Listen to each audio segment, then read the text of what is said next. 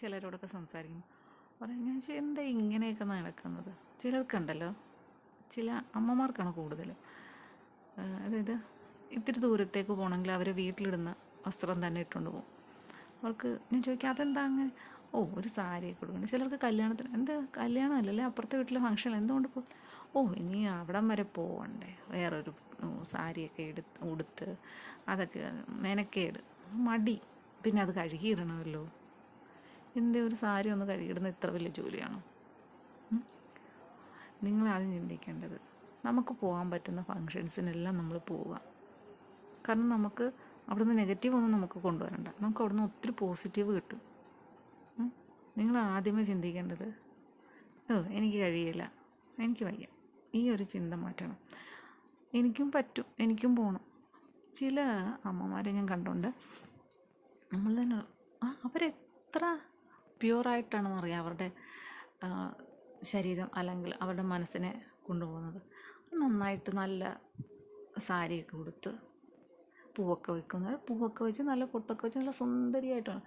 ചില അച്ഛന്മാരും അങ്ങനെ തന്നെ ഉണ്ട്, നല്ല ടിപ്പ് ടോപ്പ് എന്ന് വെച്ചാൽ പശയൊക്കെ മുക്കി നല്ല തേച്ച് വടിവ ഇട്ടിരിക്കുന്ന ഷർട്ടും മുണ്ടൊക്കെ ഇട്ട് നല്ല ചെരുപ്പൊക്കെ നല്ല വൃത്തിയായിട്ട് തേച്ച് കഴുകി നല്ല വൃത്തിയായിട്ട് പോകും. അവരെ കണ്ടു കഴിഞ്ഞാൽ അവർക്കും എന്താ, കാരണം അവരെ കാണുമ്പോൾ നമ്മളൊന്ന് നോക്കിപ്പോവും അങ്ങനെ ഒരുങ്ങി വരുമ്പോൾ. ചിലർക്ക് അസൂയുള്ളവർ പറയും ഇത്രയും പ്രായമായിട്ട് ഇങ്ങനെയൊക്കെ നടക്കാൻ നാണമില്ലേ. അത് അവരുടെ അസൂയാണ്, അവർക്കതിന് കഴിയുന്നില്ലെന്ന് വെച്ചാൽ അവരുടെ മടി കൊണ്ട്.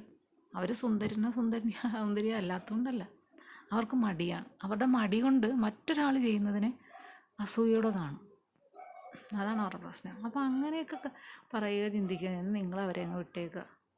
നിങ്ങൾ സുന്ദരിയായിട്ട് നടന്നാൽ നിങ്ങൾക്കാണ് അതിൻ്റെ എനർജി കിട്ടുന്നത്. പലരും ഇതെന്തോ ഇങ്ങനെയൊക്കെ ചുരിദാറൊക്കെ ഇട്ടുകൊണ്ട് നടക്കുന്നു, ഇതെപ്പം കയറി ചുരിദാറിൽ അല്ലെങ്കിൽ നൈറ്റിയിൽ എപ്പോൾ കയറി? അത് നമ്മുടെ ഇഷ്ടം അല്ലേ?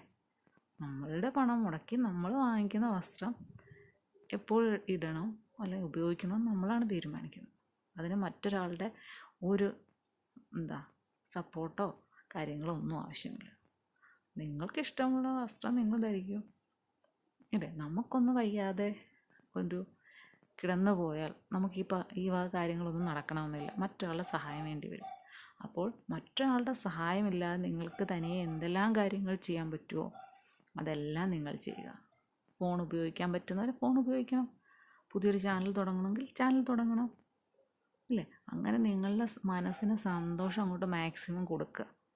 അങ്ങനെ കൊടുത്തു കഴിയുമ്പോൾ മനസ്സ് നിങ്ങൾക്ക് നല്ല ഹെൽത്തി ആയിട്ടുള്ള ഒരു ശരീരത്തിനെ തരും.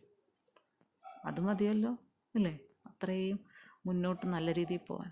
അല്ലാതെ മനസ്സിനെ വിഷമിപ്പിച്ച് തിരിച്ചത് തരുന്ന നെഗറ്റീവ് സ്വീകരിച്ച് ശരീരത്തിനെ വെറുതെ എന്തിനാണ് മോശമാക്കി മാറ്റുന്നത്?